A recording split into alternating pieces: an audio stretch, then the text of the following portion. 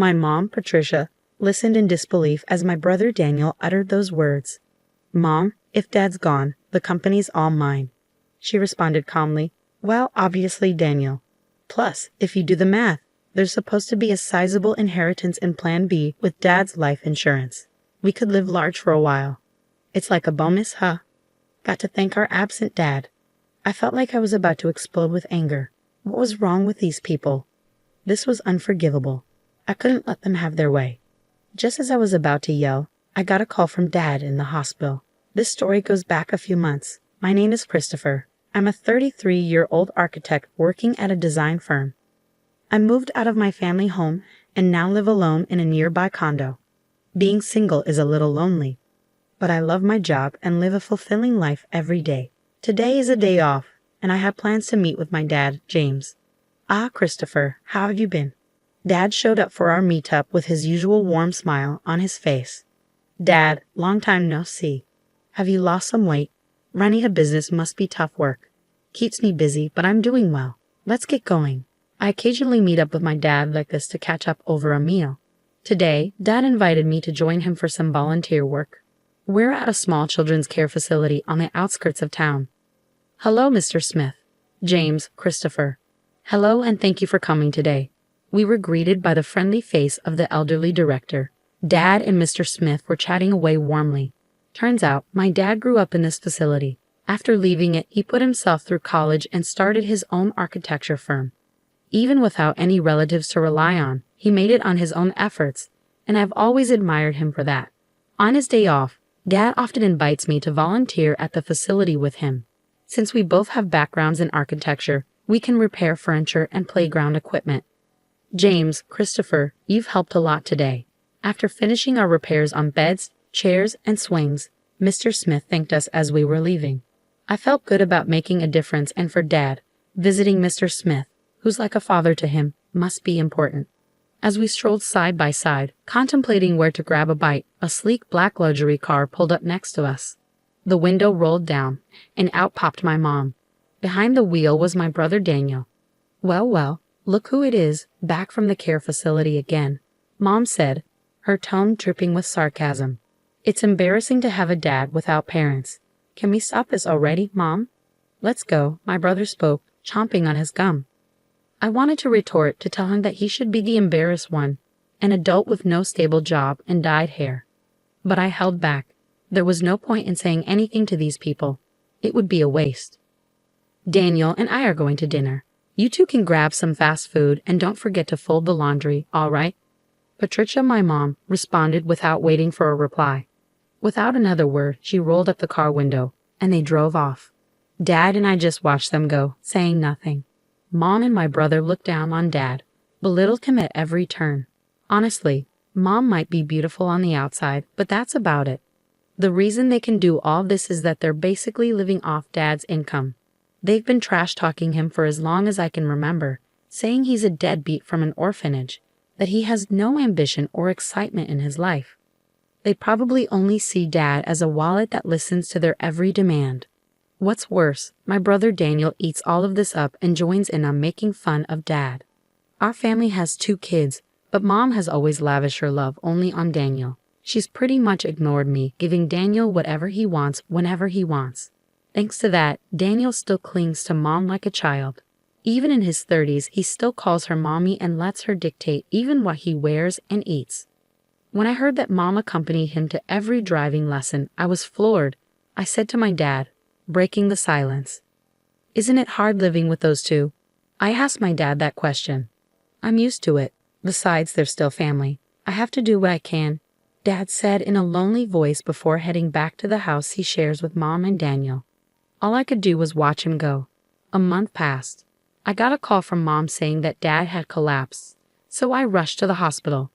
Dad, who looked even more fragile than a month ago, responded, "I got some tests done, and they found cancer. Apparently, it's pretty advanced." My dad had been diagnosed with progressive stomach cancer.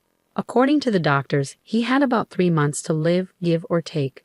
I never thought this day would come. I couldn't fathom how this could happen, especially since he's only in his 60s. Even my mom was visibly shaken. "Why did you let things get to this point?" You and Daniel have been pushing Dad too hard. You know he's been stressed out, I exclaimed. Christopher, how dare you speak to your parents like that? You're nothing like Daniel. And what is Daniel doing at a time like this? Off gambling again. Mom interjected, her voice filled with disappointment.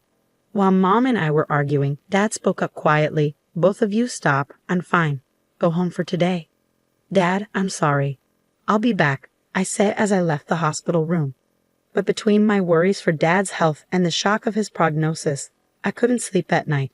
After that, I took on the responsibility of bringing Dad a change of clothes and doing his shopping as he requested. Sure enough, neither Mom nor my brother lifted a finger. Still, I wanted to make Dad's time as comfortable as possible. I popped into his hospital room during breaks from work and took care of him for 2 months. Then, one day, when I went back to my parents' house to grab some of Dad's belongings, I overheard Mom and my brother talking in the living room. Mommy, once Dad is gone, the business is all mine, right? Stunned by my brother's words, I listened more closely. That's when my mom chimed in, Daniel, it's not a given. Besides, if you do the math, there should be around $2 million in inheritance. Wow, that's awesome. Maybe I should buy another car. Why not? You'll be the company president, so you should drive a nice car. Thanks to his life insurance, we can live a little lavishly for a while. It's like a bonus. Got to thank Dad for not being around, Mom said casually. I felt like I was going to explode with anger. What kind of trash were these people? Unforgivable. I couldn't let them get their way. Just as I was about to unleash my anger, I received a message from Dad. Christopher, can you come to my hospital room alone? I managed to contain my emotions and went to see my dad. He had lost even more weight recently, and his complexion looked bad. Christopher. Thank you for always being there, I said to my dad as I sat next to his bed. What are you talking about, Dad? Just tell me what I can do to help. I replied, trying to keep my voice steady. Dad hesitated for a moment before speaking, his words heavy with importance.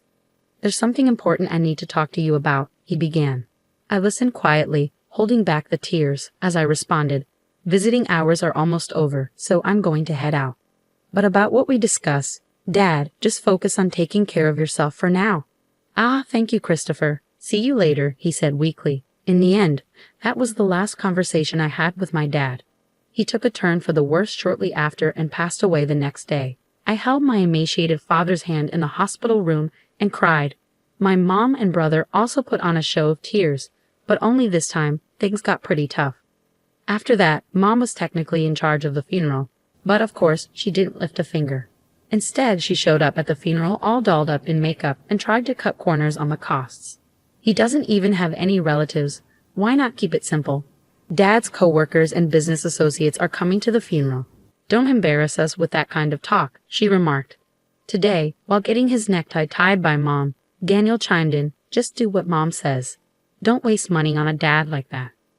Daniel, just be quiet. If it's about money, I'll handle it.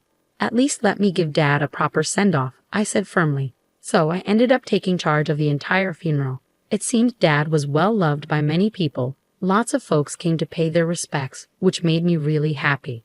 About a week had passed since the funeral ended, and that's when Mom spoke up. Now that we're a family of 3, finally got that person out of the picture.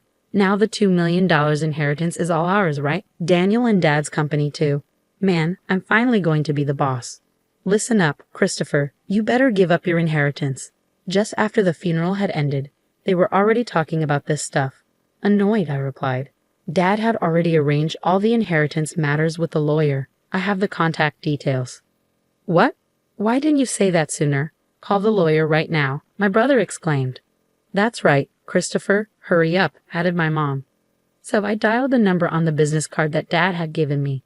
Not long after, the lawyer arrived, a woman in her mid-30s. I'm Attorney Williams. I've been authorized by James to handle matters concerning the inheritance. I'm very sorry for your loss, she said while shaking hands. My brother Daniel remarked, Wow, I thought lawyers were all old dudes. You're quite the looker. Got a boyfriend. Oh, Daniel, do you like her? Mommy prefers someone younger. Knock it off, both of you, I scolded. Thank you for coming all this way. Please come in, I added, ushering Miss Williams into the room. We listened to what she had to say. Let me explain. First of all, concerning the company, James had told me before he passed that it would be transferred to an acquaintance's company. I've been proceeding with the paperwork. What does that mean? I was supposed to become the CEO. I've heard nothing of the sort. My brother raised his voice in protest.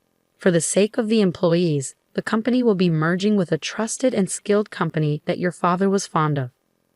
The other company has already agreed, so there's nothing that can be done. That damn outsider. Damn it, my brother exclaimed. My mom hurriedly chimed in. Daniel, calm down. The inheritance is ours, right? It should be around $2 million, shouldn't it? Miss Williams answered matter-of-factly, no, there's nothing like that. The company was not doing as well as you think, and any remaining assets have been used to prepare for the company's transfer. What? What about our money? There should be $2 million coming in. Mommy, what's going on? I questioned. Patricia has received a substantial life insurance payout. She has left a will expressing the desire to gift that money, Miss Williams explained. My mom interrupted. What are you talking about? We've already spent that on a new.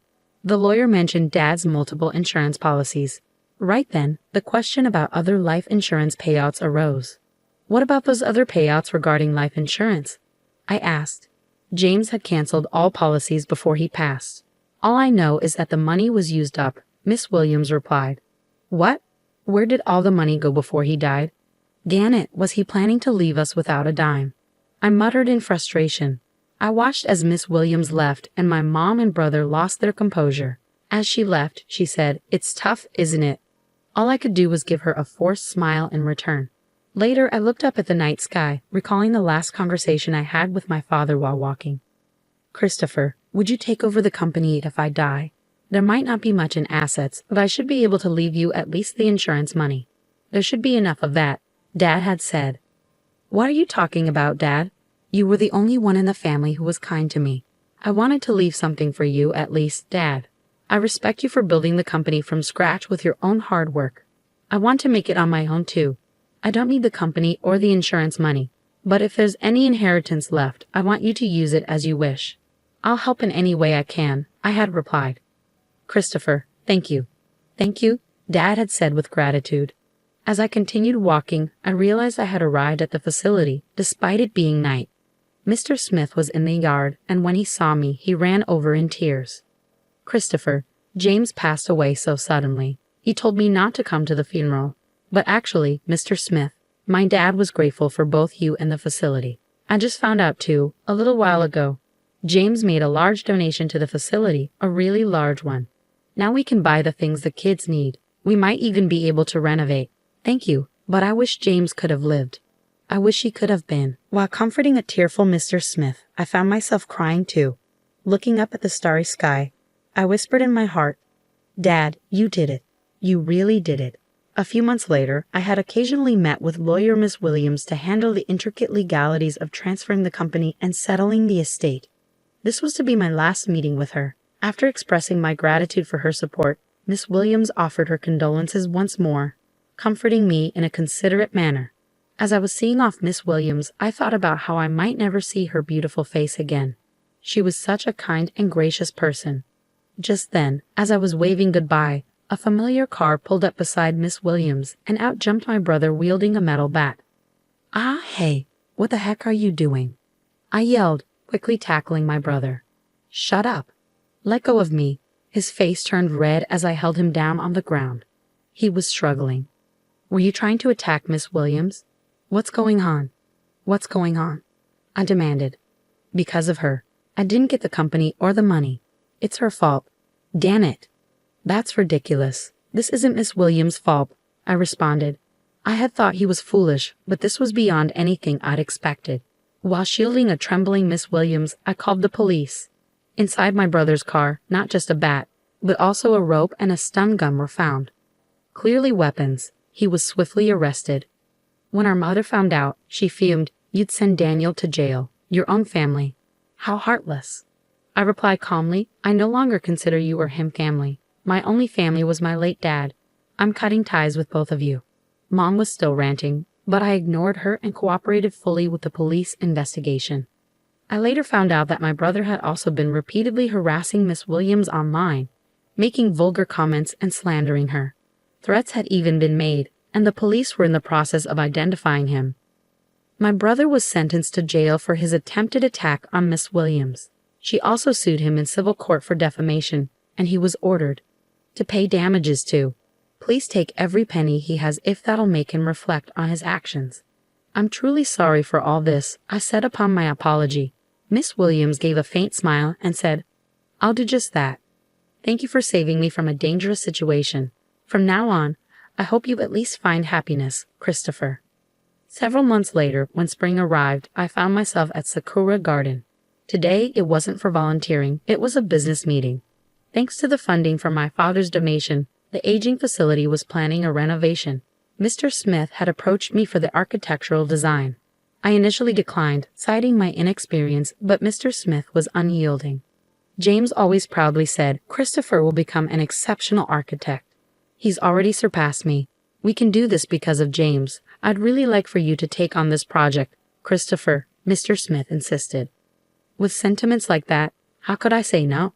I wanted to create a wonderful building that brings even a small amount of happiness to the kids and Mr. Smith. I'm sure my dad would have been proud of that. As for my brother, well, he hasn't changed even after his sentencing. Actually, he's become even more irresponsible. Though he avoided jail due to probation, he still begs our mom for money daily, starts drinking in the afternoon, and gambles away what he borrows. My mom is being pushed around by my brother every day. The large house we lived in, thanks to my dad, along with the car bought with insurance money, were sold to pay for Miss Williams' compensation and my brother's bail. Now, it seems they live together in an old apartment. A friend told me she's lost her beauty and looks more like an old woman now. She brought this upon herself, but I hope she at least reflects on how she treated my dad poorly before he passed away and raised my brother to be such a mess. One last thing. I'm going to marry Miss Williams, the lawyer, soon. She told me in confidence that she felt attracted to me after I saved her from my brother's violent behavior. She's a bit on the serious side, but I really love her for her kindness and dependability. From here on, I aim to work hard and be like my dad, building a warm and loving home.